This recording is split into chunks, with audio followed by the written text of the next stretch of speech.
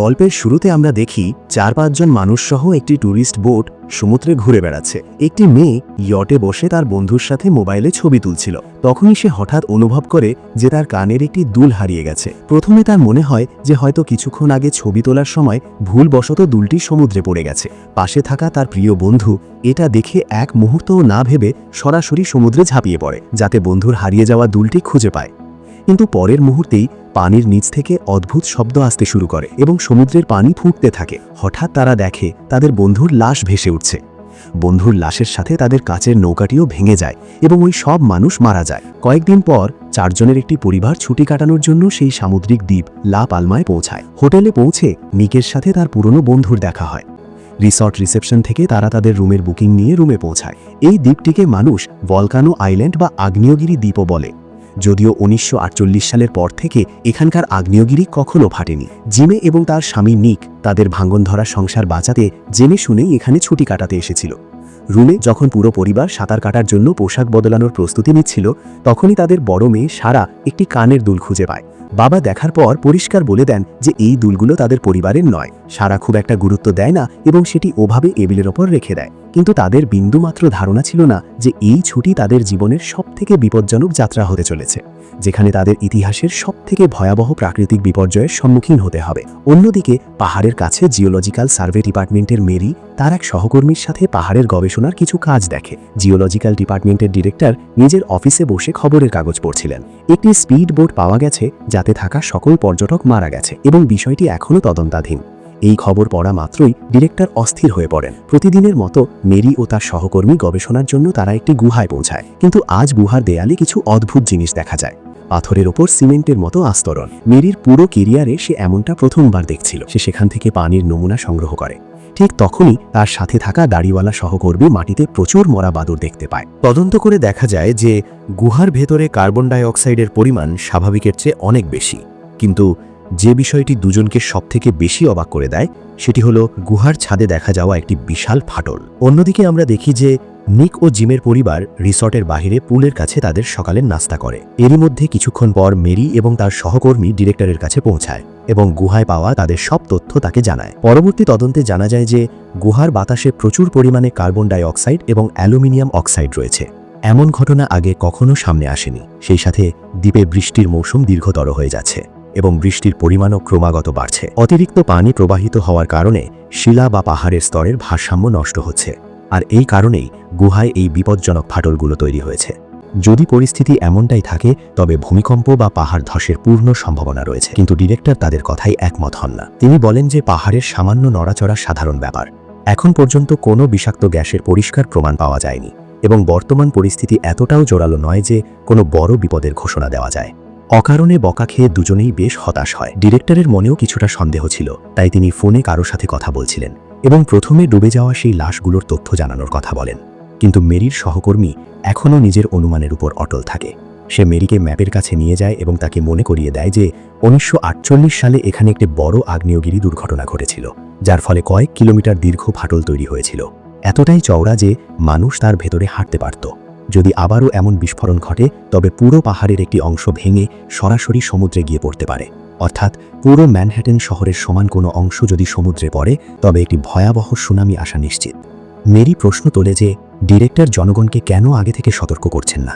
কিন্তু আসল সত্য হলো কয়েক বছর আগে ডিরেক্টরের মাধ্যমে একটি বড় ভুল হয়েছিল। তিনি একবার পাহাড় ধসের সতর্কতা দিয়েছিলেন, যার ফলে প্রচণ্ড হুড়োহুড়ি ও বিশৃঙ্খলা সৃষ্টি হয়েছিল, কিন্তু শেষ পর্যন্ত তেমন কিছুই ঘটেনি। ওই ঘটনার কারণে তার চাকরি যেতে যেতে বেঁচেছিল। তাই এখন যতক্ষণ না সুনামি সত্যি সামনে চলে আসছে তিনি দ্বিতীয়বার এমন ভুল করতে চান না। যদিও মেরি এবং তার সঙ্গী জানে না যে ডিরেক্টর ভেতরে ভেতরে তাদের চেয়েও বেশি ভীত হয়ে আছেন। এরপর আমরা দেখি মেরি তার ঘরে ফিরে আসে। সেখানে আমাদের পরিচয় হয় মেরির ভাই এরিকের সাথে। এরিক মেরিকে তার আর্টিকেল দেখাচ্ছিল। তখনই আমরা জানতে পারি লা পালমা দ্বীপে অনেক টার্টল একসাথে জড়ো হয়ে অন্য কোথাও চলে যাচ্ছে। এদিকে ডিরেক্টর তখনই ফরেন্সিক বিভাগে পৌঁছে গিয়েছিলেন।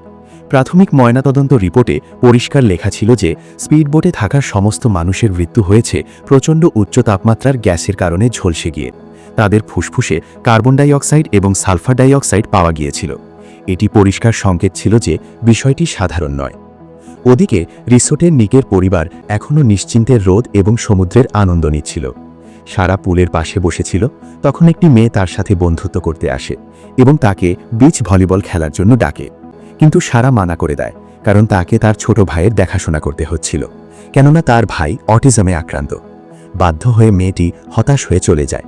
আসলে সারা নিজেও নতুন বন্ধু বানাতে চাইছিল, কিন্তু তার মধ্যে যথেষ্ট আত্মবিশ্বাস ছিল না। পুল থেকে বের হওয়ার পর তার বাবা তার বিষণ্ণতা বুঝতে পারেন এবং তাকে সাহস দেন যাতে সে গিয়ে খেলে। তিনি তার ভাইয়ের খেয়াল তিনি রাখবেন। বাবার কথা শুনে সারা অবশেষে খেলার সিদ্ধান্ত নেয়। যাওয়ার সময় বাবা তাকে ভলিবলের কিছু সাধারণ নিয়মও বুঝিয়ে দেন। তখন মেয়ে খেলতে চলে যায় এবং ছেলের দায়িত্ব বাবার ওপর। কিন্তু সেই সময় হঠাৎ তার নজর নিজের স্ত্রী জিমের ওপর পড়ে, যে একজন স্প্যানিশ লোকের সাথে হাসাহাসি করে কথা বলছিল। এটি দেখা মাত্রই নিকের রাগ চরম পর্যায়ে পৌঁছে যায়। সেই মুহূর্তে সে যখন পুনরায় ছেলের দিকে তাকায়, দেখে বাচ্চাটি সেখান থেকে গায়েব। ঘাবড়ে গিয়ে নিক চারদিকে তাকে খুঁজতে থাকে। তার মনে হয় যে হয়তো ছেলে তার বোনকে খুঁজতে সমুদ্র সৈকতে চলে গেছে। সে দৌড়ে বিচে পৌঁছায়। সেখানে পৌঁছে সে জোরে জোরে তার নাম ধরে ডাকতে থাকে। কিছুক্ষণ পর দূরের একটি পাথরের ঢিবির ওপর সে ছেলেকে দাঁড়িয়ে থাকতে দেখে। নিক যখন তার কাছে পৌঁছায়, দেখে তার ছেলে সমুদ্রের দিকে এক দৃষ্টিতে তাকিয়ে আছে। আসলে ছেলেটি দেখেছিল যে সমুদ্রে অসংখ্য টার্টল জড়ো হচ্ছে, যেন তারা সবাই একসাথে কোথাও চলে যেতে চাইছে, যা আমার এরিকের আর্টিকেল থেকে আগে জেনেছি। এরিক গভীর সমুদ্রে ডুব দেয় এবং টার্টলের ভিডিও ধারণ করে। এই সময়ের মধ্যে মেরি তার পরীক্ষা সম্পন্ন করে ফেলে। গুহা থেকে আনা পানির নমুনায় কোনো অতিরিক্ত খনিজ পাওয়া যায়নি। এর মানে পরিষ্কার ছিল যে এই পানি খুব অল্প সময়ের মধ্যে পাহাড়ের ভেতরে ঢুকেছে এবং সরাসরি গুহা পর্যন্ত পৌঁছেছে।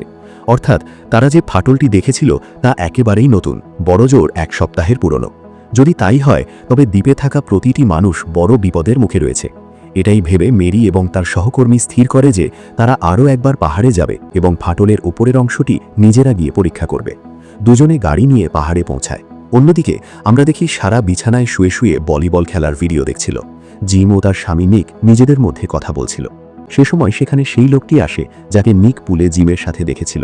সে তার সাথে অনেক রাগারাগি করে এবং পরে নিজেদের মধ্যে ঝগড়া শুরু করে। এদিকে মেরি ও তার সহকর্মী পাহাড়ে যে দৃশ্য দেখে তা ছিল আরও ভয়াবহ। ফাটলের একটি প্রান্ত এখন নিচের দিকে ধসে যেতে শুরু করেছে। তারা দ্রুত তাদের যন্ত্রপাতি সেট করে এবং পরিমাপ নিতে শুরু করে। তাদের আশঙ্কা সঠিক প্রমাণিত হয়। ফাটলটি ক্রমাগত সরে যাচ্ছিল। যদিও গতি ধীর ছিল, কিন্তু এটা নিশ্চিত ছিল যে যদি এমনটা চলতেই থাকে তবে খুব বড় কোনো বিপর্যয় ঘটতে চলেছে। ওদিকে জিওলজিক্যাল ডিপার্টমেন্টের অন্য কর্মীরাও বিপদের সংকেত ধরে ফেলেছিলেন। পাহাড়ের আশেপাশে গ্যাসের মাত্রা বাড়তে শুরু করেছিল এবং ভূমিকম্পের প্রাথমিক কম্পন অনুভূত হচ্ছিল। ডিরেক্টর অবিলম্বে ন্যাশনাল গার্ডের সাথে যোগাযোগ করার আদেশ দেন, যাতে প্রয়োজন পড়লে পাহাড়ে থাকা পর্যটকদের সরিয়ে নেওয়া যায়। ঠিক তখনই মেরির ফোন আসে। যখন ডিরেক্টর জানতে পারেন যে তারা দুজন এখনও পাহাড়ে আছে, তখন তিনি ঘাবড়ে গিয়ে তাদের দ্রুত যন্ত্রপাতি ছেড়ে নিচে নেমে আসতে বলেন। পরিমাপ চলাকালীন হঠাৎ ফাটল থেকে সাদা ধোঁয়া বের হতে শুরু করে। এটি দেখা মাত্রই দুজনে জীবন বাঁচাতে নিচের দিকে ছুটতে থাকে। পথে তাদের কিছু লোকের সাথে দেখা হয় যারা পাহাড়ে ক্যাম্পিং করছিল। মেরি বুঝে যায় যে এটি আগ্নেয়গিরি বিস্ফোরণের পরিষ্কার সংকেত এবং সে সবাইকে পালানোর জন্য জোরে জোরে চিৎকার করে বলতে থাকে। দৌড়ানোর একটা পর্যায়ে বিষাক্ত গ্যাসে মেরি অজ্ঞান হয়ে যায়। কিছুক্ষণ পর যখন মেরির জ্ঞান ফেরে, সে নিজেকে হাসপাতালের বিছানায় পায়। সেখানে ডিরেক্টর তাকে জানান যে তার সঙ্গী বিষাক্ত গ্যাসের কারণে গুরুতর অবস্থায় আছে এবং বর্তমানে কোমায় রয়েছে। এবার আগ্নেয়গিরি থেকে প্রচুর পরিমাণে বিষাক্ত গ্যাস নির্গত হয়েছিল, কিন্তু ভাগ্যক্রমে কারো প্রাণ যায়নি। যদিও ডিরেক্টর জানতেন যে এটি কেবল শুরু মাত্র। প্রথমে বিষাক্ত গ্যাস বের হতে শুরু করে এবং এরপর গলিত লাভা। যদি পাহাড়ের অংশ সমুদ্রে গিয়ে পড়ে, তবে সুনামি আসবে। এমন এক সুনামি যা বিশ্বজুড়ে লাখো মানুষের জীবন বিপন্ন করে তুলতে পারে।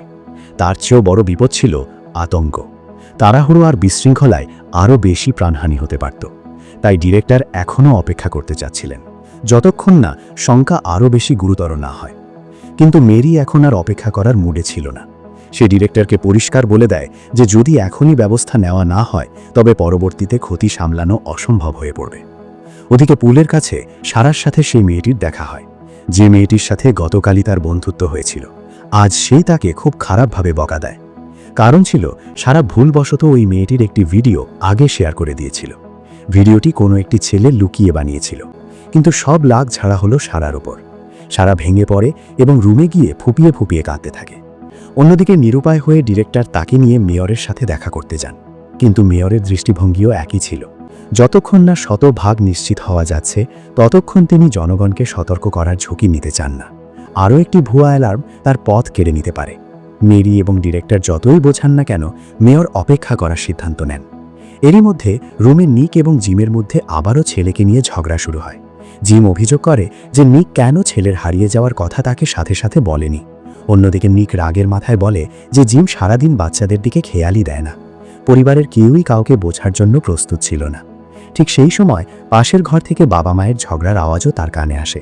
এখন সেখানে এক মুহূর্তও থাকার ইচ্ছে তার নেই। সে চুপচাপ গাড়ি নিয়ে বের হয়ে যায়। এরই মধ্যে জিওলজিক্যাল ডিপার্টমেন্ট আরও একটি খারাপ খবর পায়। দ্বীপে ক্রমাগত মাইক্রো ট্রেমার শুরু হয় এবং সেগুলোর কেন্দ্র ধীরে ধীরে ওপরের দিকে সরে আসছিল। অফিসের বাহিরে আমরা দেখি মেরির সাথে তার ভাই এরিকের দেখা হয়। সেখানে মেরি এরিককে নরওয়ে ফিরে যাওয়ার জন্য জোরাজুরি করতে থাকে, কারণ লা পালমাতে যে কোনো সময় লাভা ফেটে উঠতে পারে। সে তার কথা উপেক্ষা করে এবং এরিক সেখান থেকে রাগে চলে যায়। এদিকে সারা এয়ারপোর্টে পৌঁছায় এবং নরওয়েতে থাকা তার মামাকে ফোন করে। সে তাকে মাদ্রিদ ফিরে যাওয়ার টিকিট বুক করে দিতে বলে। মামা জিজ্ঞাসা করেন সে কেন একা ফিরতে চায়, কিন্তু সারা কিছু বলে না। ফোন রাখার পর মামা চিন্তিত হয়ে পড়েন এবং তিনি তার বোনকে অর্থাৎ জিমকে কল করেন। কিন্তু ওই সময় জিম যোগা করছিল এবং ফোনের রিং কেটে যায়। এদিকে আগ্নেয়গিরি যে কোনো সময় ফেটে যেতে পারে।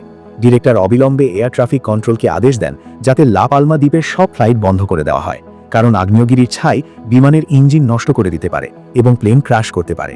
কিন্তু ততক্ষণে অনেক দেরি হয়ে গেছে। হঠাৎ পাহাড়ের চূড়া থেকে বিকট বিস্ফোরণের শব্দ আসে এবং সবাই স্তব্ধ হয়ে যায়। ঠিক সেই মুহূর্তে সারা যে ফ্লাইটে বসেছিল সেটি রানওয়েতে দ্রুত বেগে ছুটছিল। পাইলট এয়ার ট্রাফিক কন্ট্রোল থেকে টেক অফ থামানোর আদেশ পেয়েছিলেন, কিন্তু ততক্ষণে অনেক দেরি হয়ে গিয়েছে। রানওয়ে ছোট হওয়ার কারণে প্লেনটিকে বাধ্য হয়ে টেক অফ করতে হয়। ইতিমধ্যে জিম অবশেষে তার ভাইয়ের মিসড কল দেখতে পায় এবং সে সাথে সাথে পাল্টা ফোন করে। যখন সে জানতে পারে যে সারা এয়ারপোর্টে চলে গেছে, তখন সে ঘাবড়ে গিয়ে স্বামীকে খুঁজতে ছোটে। তখনই চারদিকে ছড়িয়ে পড়া আগ্নেয়গিরির ছায়ের মাঝে হঠাৎ একটি বিমানের প্রচণ্ড শব্দ শোনা যায়। পরের মুহূর্তেই এক ভীষণ বিস্ফোরণ ঘটে। জিম ভয়ে 2 হাত দিয়ে মুখ ঢেকে ফেলে। তার মেয়ে ওই প্লেনে ছিল কিনা সে সম্পর্কে তার কিছুই জানা ছিল না। স্বামী স্ত্রী দুজনে যখন এয়ারপোর্টে যাওয়ার জন্য গাড়ি বের করতে যাবে, ঠিক তখনই জিম তার ভাইয়ের মেসেজ পায়। পররাষ্ট্র মন্ত্রণালয়ে কাজ করা তার ভাই আগেই প্লেন ক্র্যাশের খবর পেয়ে গিয়েছিল। উদ্ধারকারী দল কাজে নেমে পড়েছিল এবং জীবিত উদ্ধার হওয়া সবাইকে দ্বীপের একমাত্র হাসপাতালে নিয়ে যাওয়া হচ্ছিল। যখন জিম এবং নিক হাসপাতালে পৌঁছায়, তখন ঘন্টার পর ঘন্টা খোঁজার পরও তারা সারাকে পায় না। ওদিকে জিওলজিক্যাল ডিপার্টমেন্টে পরিস্থিতির আরও অবনতি হয়। বিজ্ঞানীদের ধারণা ছিল যে মানুষকে অবিলম্বে দ্বীপ খালি করার নির্দেশ দেওয়া উচিত, কিন্তু মেয়র এখনও তা মানতে রাজি নন। তার বক্তব্য ছিল যে এতে হুড়োহুড়ি পড়ে যেতে পারে এবং প্রাণহানি হতে পারে। আগেও আগ্নেয়গিরি থেকে ছাই বের হয়েছে, প্রতিবার এত বড় বিপর্যয় ঘটেনি। যদি আবারও ভুল অ্যালার্ম দেওয়া হয় তবে সবার চাকরি ঝুঁকির মুখে পড়বে। ডিরেক্টর যখন দেখেন যে সাধারণ মানুষকে এখনই সতর্ক করা হবে না, তখন তিনি নিজেই সিদ্ধান্ত নেন কাছের লোকগুলোকে দ্বীপ থেকে পাঠিয়ে দিবেন। তিনি মেরিকে বলেন, যাও তোমার ভাইকে খোঁজ করো এবং এখান থেকে চলে যাও। এরপর মেরি তার ঘরে ফিরে আসে এবং এরিককে খুঁজতে থাকে। অন্যদিকে হাসপাতালের স্টাফরা তাদের ওই ফ্লাইটের যাত্রীদের তালিকা দেখায়। যাদের নামের পাশে টিক দেওয়া আছে তাদের হাসপাতালে আনা হয়েছে, বাকিরা নিখোঁজ। সারার নাম তালিকায় ছিল, কিন্তু তার পাশে কোনো টিক ছিল না। এটি দেখে দুজনে পুরোপুরি ভেঙে পড়ে। ক্লান্ত এবং ভগ্ন হৃদয়ে তারা হোটেলে ফিরে আসে। তারা বুঝতে পারছিল না যে সামনে কি করবে। কিন্তু যেমনই ঘরের দরজা খোলে, তখন তারা দেখতে পায় যে সারা তার ভাইয়ের সাথে বসে আছে। নিক ও জিম তাকে আবেগপ্রবণ হয়ে জড়িয়ে ধরে। আসলে সারা যখন প্লেনে উঠছিল, তখনই সে তার বান্ধবীর মেসেজ পায়। বান্ধবী মন থেকে ক্ষমা চাইছিল এবং তাকে মাফ করে দিতে বলছিল। সারা প্লেন ওড়ার আগেই নেমে আসে। পরবর্তীতে তার বান্ধবীও উপলব্ধি করতে পারে যে অজান্তেই ওই মেসেজটি সারার প্রাণ বাঁচিয়ে দিয়েছে। এই দুর্ঘটনার পর তাদের বন্ধুত্ব আরও গভীর হয়ে যায়। এদিকে এরিক, যার দায়িত্ব তার বোন মেরির উপর ছিল, কিন্তু তখনই মেরি জানতে পারে যে তার ভাই মদ্যপ অবস্থায় বারে হাঙ্গামা করছে। ম্যারি তাকে সেখান থেকে বের করে আনতে যায়, কিন্তু উল্টো পুলিশ তাকেই সরকারি কাজে বাধা দেওয়ার অভিযোগে গ্রেফতার করে। সিরিজের পরবর্তী অংশে আমরা জানব সুনামির আগে মেরি কি জেল থেকে বেরোতে পারবে, কেন ডিরেক্টর আগ্নেয়গিরিতে গিয়ে আত্মহত্যা করলেন, সারা আবারও বিমান দুর্ঘটনায় পড়ল কিভাবে, আর কতটা ভয়ঙ্কর ছিল সেই পাহাড় ধস এবং সুনামি। এই সব কিছু জানতে হলে অবশ্যই চ্যানেলটি সাবস্ক্রাইব করে সাথে থাকবেন। ধন্যবাদ।